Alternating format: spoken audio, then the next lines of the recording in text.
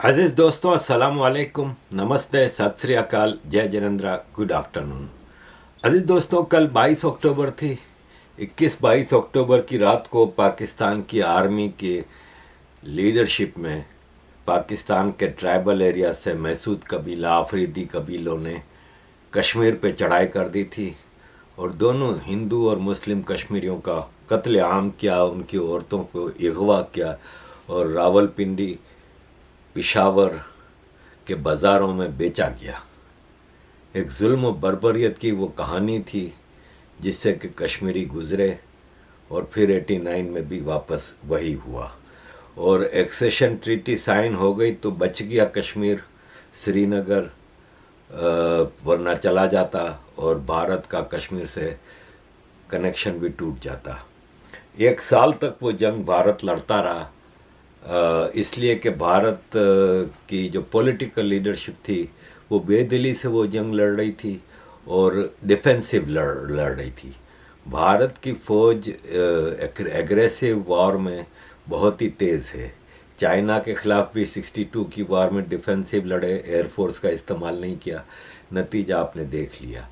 तो अज़ीज़ दोस्तों, पाकिस्तान के ex air chief marshal Asghar Khan इस बारे में बताते हैं कि पाकिस्तान ने ये जंग शुरू की थी, पाकिस्तान ने हमला किया था और इसमें वो एक्सेप्ट करते हैं कि इंडिया से कश्मीरी लीडरशिप ने एक्सेशन कर लिया था, इसलिए हम वहाँ से पूरा कश्मीर फतह ना कर सके। यानी वो एक्सेप्ट कर रहे हैं कि एक्सेशन हुआ था।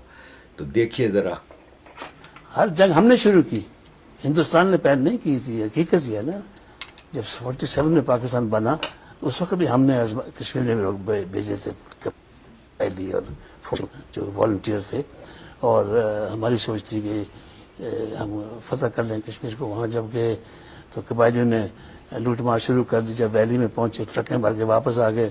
हम श्रीनगर कैप्चर नहीं कर सके। महाराजा ने उस वक्त तक उसने इंडिया को एक्सीड नहीं किया था, उसके बाद उसने जम्मू में जाके काफ़ी अरसे के बाद एक्सीड कर दिया हिंदुस्तान। वो भी हमने अहमकाना तरीके से उसको शुरू किया। 65 की जंग हमने शुरू की, 70 की जंग हमने शुरू की, यानी पहले दर्जे की हमाकत थी। पाकिस्तान के फौजी हुक्मरान की सोच भी इसी तरह रही, पाकिस्तान के सियासतदानों की भी सोच इस तरह रही। अजीज दोस्तों, आगे पाकिस्तान के हवाले से खबरें देने से पहले एक और पॉइंट की तरफ मैं आऊँगा कि आजकल जो क्रिकेट वर्ल्ड कप इंडिया में हो रहा है, इसके बारे में बड़ी बातें हो रही हैं। एक तो ये है कि भारत के जो पब्लिक है जो मैच देखने आती है, उनका रवैया बहुत नेगेटिव है और बहुत ज़्यादा दूसरों के ऊपर अटैक करते हैं वगैरह वगैरह। तो इस सिलसिले में मैं ये कहूँगा कि सिवाय पाकिस्तान और बांग्लादेश से भारत के जो मैच थे, इसके अलावा कहीं ये चीज़ें नज़र नहीं आई। तो फिर क्या वजह है कि पाकिस्तान और बांग्लादेश के भी मामले में 2-3 जगहों पे छोटा मोटा हुआ। एक इनका कागजी वो कपड़े का शेर लाए थे बंगाली, उनको वो तोड़ दिया और 2-3 जगहों पे उनको हूटिंग की गई। तो इसकी वजह यह है कि पाकिस्तान और बांग्लादेश में हिंदुओं के साथ जो सलूक हो रहा है, जो उनके ऊपर अत्याचार हो रहा है, उसका ये रिएक्शन है। वरना अफ़गानिस्तान के मैच में कितना ज़बरदस्त रहा, भारत ने अफ़गानिस्तान को सपोर्ट किया। England, Australia, New Zealand, south Africa, सबके मैच हो रहे हैं, किसी मैच में और किसी में क्यों नहीं हुआ? यहाँ पे अंदर से वो आपका अपना, यानी पाकिस्तानियों और बंगालियों का अपना, अपने देशवासी हिंदुओं के साथ जो सलूक है, उसका ये रिएक्शन है।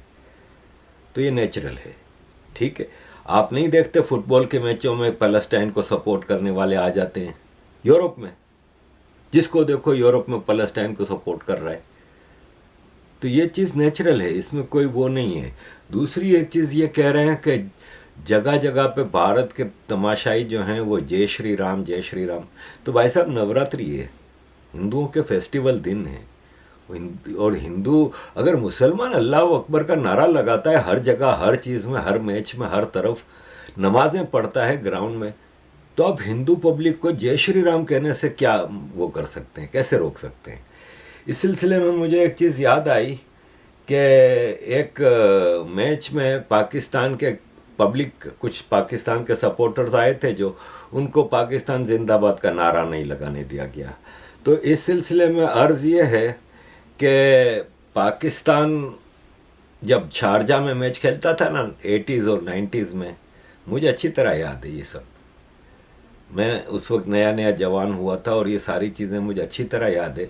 80s और 90s में ग्राउंड में एक इंक्लोजर में अगर 25 इंडियन बैठे होते थे और 10 पाकिस्तानी होते थे, तो इंडियन अगर भारत माता की जय या इंडिया जिंदाबाद या इस टाइप का नारा लगाते थे तो पाकिस्तानी उनको कूट कूट के भगा देते थे। और इंडियन हमेशा डिफेंस पे रहे हैं, वायोलेंस की तरफ नहीं गए, गांधीवादी रहे, नॉन वायोलेंस पे, तो वो पिट भी जाते थे। हालांकि 25 होते थे, सामने 10 पाकिस्तानी होते थे। तो पाकिस्तानी भूले नहीं कि आपकी क्या रवैया रहा है। आज आप बड़े मासूम बन के कह रहे हैं कि इंडिया में हमारे साथ ये हो रहा है। आपने तो शारजा में इनके साथ ये किया, पाकिस्तान में आपने इनके साथ ये किया। क्या इरफान पठान ने अभी कमेंट्री में बताया कि मैं फील्डिंग कर रहा था, पब्लिक ने मुझ पर पत्थर मारे हैं। सचिन तेंदुलकर ने भी इसको फिर बताया कि हाँ, मेरे ऊपर भी फील्डिंग करते वक्त पाकिस्तान के मैचों में पाकिस्तान के अंदर पत्थर मारे गए। तो पाकिस्तानी इस वक्त मासूम बनने की कोशिश ना करें, पहले अपने गिरेबानों में झांकें। अजीज दोस्तों, आगे बढ़ते हैं पाकिस्तान की तरफ। अमीरुल मोमिनीन महाराजा नवाज शरीफ तशरीफ लेके आ गए हैं पूरे प्रोटोकॉल के साथ, प्राइम मिनिस्टरियल प्रोटोकॉल के साथ दुबई से। मतलब आप ये बताएं कि दुबई में Nawaz Sharif was a normal Pakistani ना, कॉमन पाकिस्तानी था। कोई प्राइम मिनिस्टर नहीं था, कोई मिनिस्टर नहीं था, कोई मेंबर ऑफ पार्लियामेंट नहीं था। इनफैक्ट अदालतों से सजा याफ्ता मुजरिम था जो अदालत जेल से निकला था। इसको स्पेशल बेंटली गाड़ियों में प्लेन के दरवाजे तक लेके गए और फिर वहाँ वो अकेला प्रोटोकॉल के साथ ऊपर गया। प्लेन पूरा बुक था नवाज शरीफ के लोगों से और भाड़े के जर्नलिस्ट इसमें प्लेन में मौजूद थे। पूरा एक organised planned sponsored by Pakistan. Asim Munir, ये पाकिस्तान में वापसी हुई है नवाज शरीफ की और हेलीकॉप्टर में इसको लेके गए हर जगह पाकिस्तान उतरने के बाद। और ये एक ख़ानदानी पार्टी है। देखें, नवाज शरीफ के बायोमेट्रिक के लिए एयरपोर्ट के वीआईपी रूम में खुद पाकिस्तान की इमिग्रेशन ऑफिसर मशीनें लेके पहुंचे और वहां बायोमेट्रिक किया जाता है।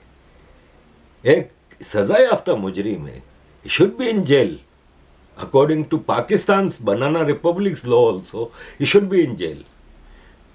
क्योंकि जेल में सजा काट रहा था तो लंदन गया था, लेकिन नहीं ये पाकिस्तान है।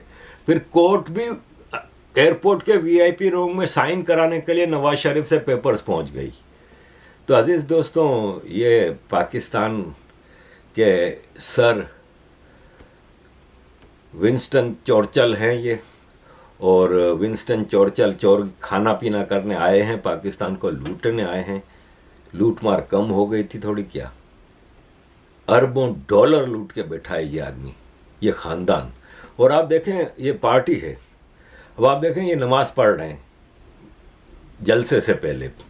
नमाज की लाइन में आप देखें, लेफ्ट से शुरू करें, शहबाज शरीफ का बेटा जो कैमरे की तरफ देख रहा है, बराबर में साद रफीक नवाज शरीफ की बीवी का भांजा, फिर शहबाज शरीफ का दूसरा बेटा हमजा, फिर शहबाज शरीफ, फिर नवाज शरीफ का समधी इसाक डार। पूरा खानदान, पूरी खानदानी पार्टी है। और चीफ मिनिस्टर, प्राइम मिनिस्टर बनने के लिए और कोई कैंडिडेट मिलता ही नहीं।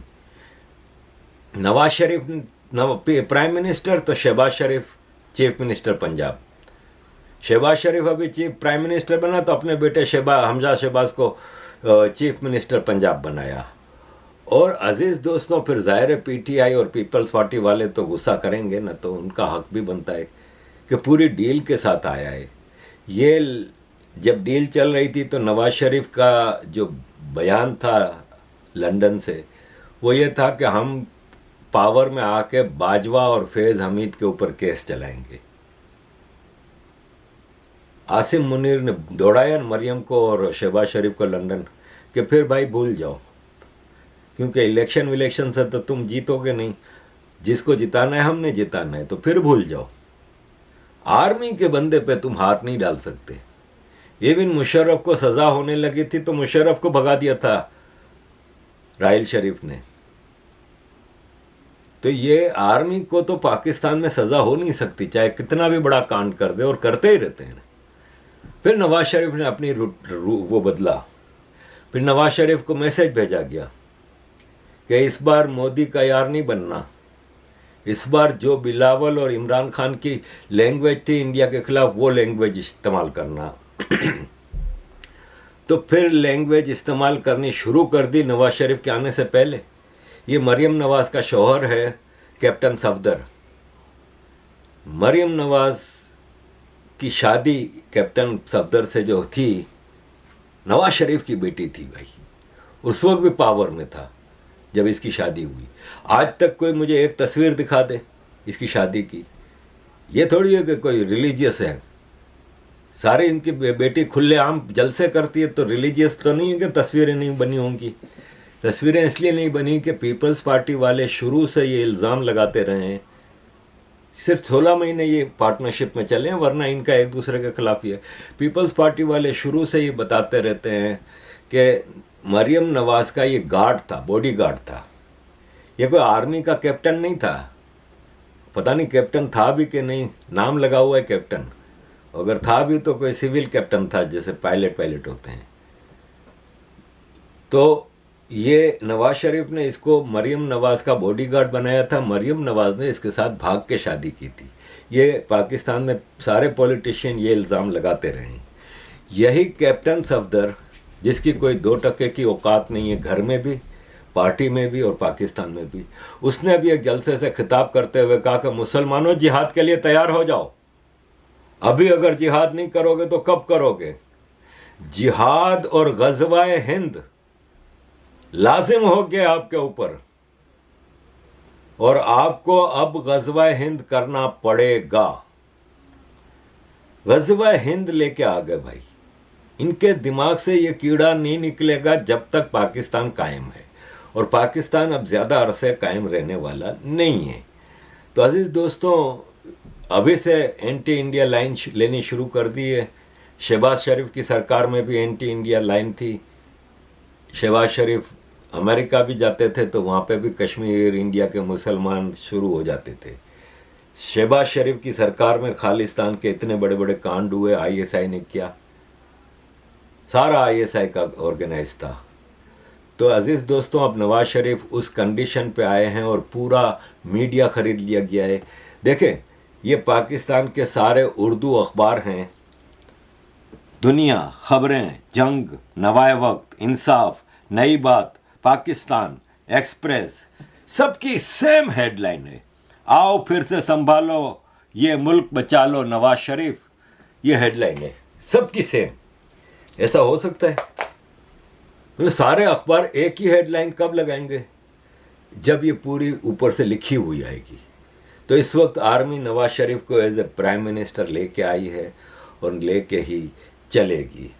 अजीज़ दोस्तों, पाकिस्तान की तबाही का ये हाल है कि बन्नू, खैबर पख्तूनख्वा में एक प्रोफेसर यूनिवर्सिटी में लेक्चर दे रहा था डार्विन की थ्योरी पे, कि डार्विन की थ्योरी आपको पता है ना, कि इंसान पहले बंदर था और इससे फिर तरक्की करते करते इंसान बना। डार्विन की थ्योरी पे लेक्चर दे रहा था। प्रोफेसर को पूरे इलाके के लोगों ने आके पकड़ लिया और इसको मारने वाले थे, कत्ल करने वाले थे, ब्लास्फेमी। प्रोफेसर को माफ़ी मांगनी पड़ी।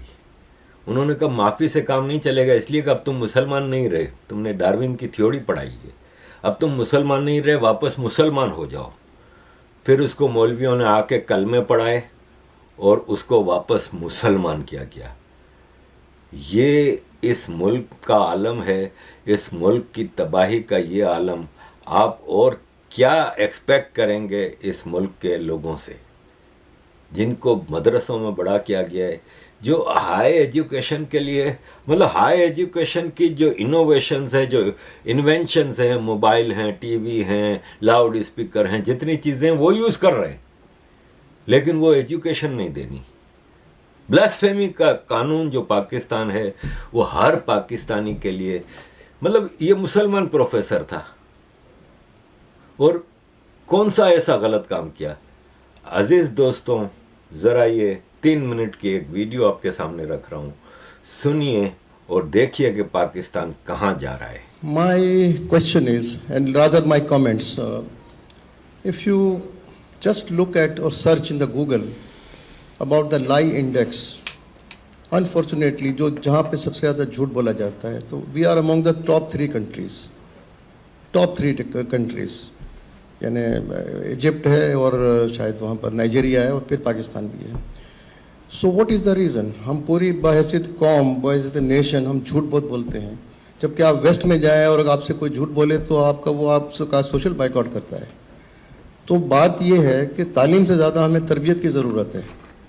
हम सब तालीम के मैदान में बहुत बातें करते हैं कि ये स्किल्स होनी चाहिए और उतनी लर्निंग कैपेसिटी होनी चाहिए, जैसे वो ठीक है, बाद में होती है, मगर जो शुरू के 12 साल हैं, ये तो प्रूवन है, बाय रिसर्च प्रूवन है कि जो बच्चे के दिमाग में आप इनकलकेट करेंगे, बच्चे के लिए वो लाइफ टाइम होंगे।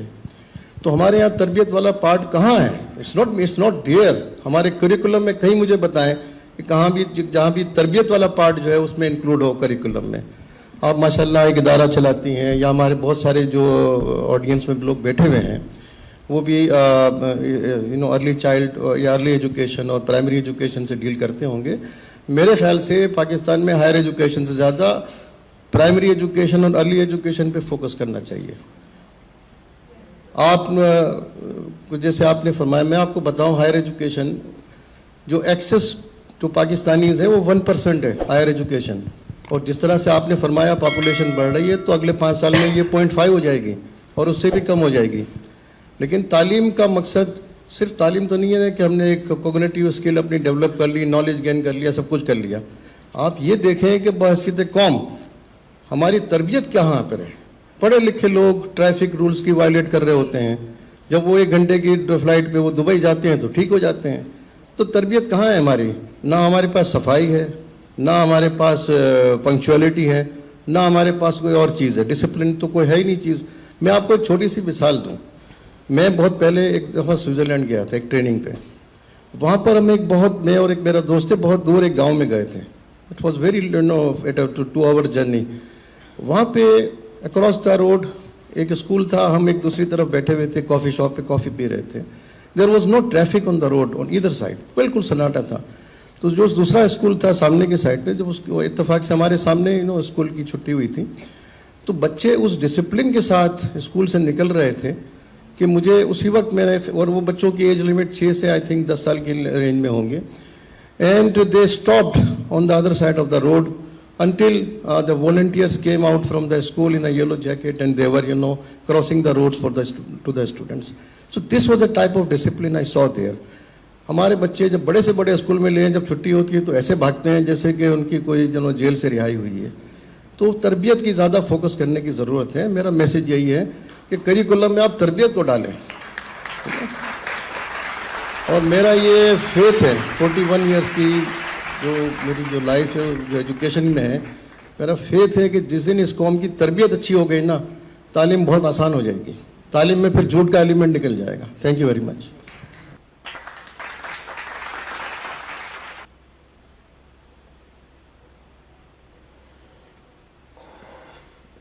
अजीज दोस्तों, इस मुल्क की तबाही, पाकिस्तान की तबाही हो चुकी है। और मतलब यूँ समझ लें, गज़ा के लोग हैं ना, पाकिस्तान से बेटर कंडीशन में रह रहे हैं। ये मैं आपको बता दूं, पाकिस्तानी पब्लिक इस वक्त बिल्कुल मर गई है, क्योंकि कौम और इंसान जब अंदर से इसका किरदार ही ख़त्म हो जाए ना, तो इसके बाद आप इंसान भी नहीं रहते और आप कौम भी नहीं रहते, फिर आप मर चुके होते हैं, खाली जिंदा चलती फिरती लाश होते हैं। तो ये पाकिस्तान है। और पाकिस्तान में जब आपकी प्रायोरिटीज़ ये होंगी ना, झूठ, क्राइम, ब्लास्फेमी, मज़हब के नाम पे हर चीज़ करना, कत्लेआम, तो फिर और कुछ नहीं हो सकता। अब एक मामूली मिसाल आपको दूंगा कि ये हदीका कियानी है, ये पाकिस्तानी एक सिंगर है, सेलिब्रिटी है, इसका एक एनजीओ है। इसने अपने एनजीओ के ज़रिए अभी जो पाकिस्तान में सैलाब आया था उन लोगों की मदद के लिए रीबिल्डिंग एफर्ट्स की। काफ़ी इसकी तारीफ़ें हो रही थी और होनी भी चाहिए कि चलो अच्छी बात है। सरकार तो सारा माल खा गई है, जो भी मदद आई थी वो सब खा गए थे। आपको बताया ही था जब सैलाब आया था तो सिंध गवर्नमेंट तो सब कुछ ही बेच रही थी जो सामान आया था। तो हदीका कियानी ने 370 घर बनाए, 2 मैटरनिटी सेंटर्स बनाए और 200 मस्जिद बनाई। अब मैं यहाँ पे बैठ के ये सोचता रहा, आप कहोगे कि यार तुम हमेशा इस्लाम दुश्मन की बात करते हो। मेरी बात ये नहीं है, बात ये है कि आपने 370 घर बनाए और 200 मस्जिदें बनाई, यानी हर 2 घर के ऊपर 1 मस्जिद। तो इतने लोग तो हैं नहीं कि आप इतने लोगों के लिए नमाजों के लिए बंदोबस्त कर रहे हैं। जैसे हिंदुओं के घरों में एक कमरे में एक कॉर्नर पे मंदिर होता है, तो इन 370 घरों में ही छोटा सा एक एरिया मस्जिद का बना देती भाई, 370 घरों की मस्जिद हो जाती। या हर 2 घर के बीच में एक मस्जिद बना देती, मिल के नमाज पढ़ लेते। 200 मस्जिदें, सैलाब आया है, लोगों को घरों की ज़रूरत है, जो लोगों को वो आप 200 मस्जिदें बना रही हैं। ये अपीसमेंट है। आपको वहाँ पे इस्लामिक रिपब्लिक ऑफ पाकिस्तान में आप सेलिब्रिटी हैं तो जाहिर है फिर आपको मुसलमानों को खुश करना है। तो ये जब आपकी प्रायोरिटीज़ होंगी, जब आपकी एजुकेशन में बनने के प्रोफेसर के उस पर आप चलेंगे, जब आपने सिंगल करिकुलम में सारे स्कूलों को मदरसा बना दिया है, तो आज जो प्रोडक्शन है पाकिस्तानीज़ की वो पूरी दुनिया में नाम रोशन कर रहे हैं पाकिस्तान का। जहाँ जाते हैं झंडे गाड़ के आ रहे हैं। हर नॉन प्रोडक्टिव डिस्ट्रक्टिव चीज़ में पाकिस्तानी आगे आगे है, हर प्रोडक्टिव चीज़ में, कंस्ट्रक्टिव चीज़ में पाकिस्तानी सबसे पीछे खड़ा है। मुफ्त का माल, सोशल बेनिफिट्स, जहाँ जाएंगे वहाँ पे मुफ्त का खाने की आदत है। सऊदी अरब वगैरह में मुफ्त का सोशल बेनिफिट वगैरह है नहीं, जैसे यूरोप में, तो भीख मांगते हैं। तो ये अजीज़ दोस्तों, फिर लोग कहते हैं कि यार तुम पाकिस्तान के दुश्मन हो, ये वो। मैं तो सच बात बता रहा हूँ ना भाई। अब आप बताएं कि 24 करोड़ बिगड़े हुए लोगों को आप कैसे सुधारेंगे? This is the situation. Thank you very much अजीज दोस्तों for all your support. Kindly keep support.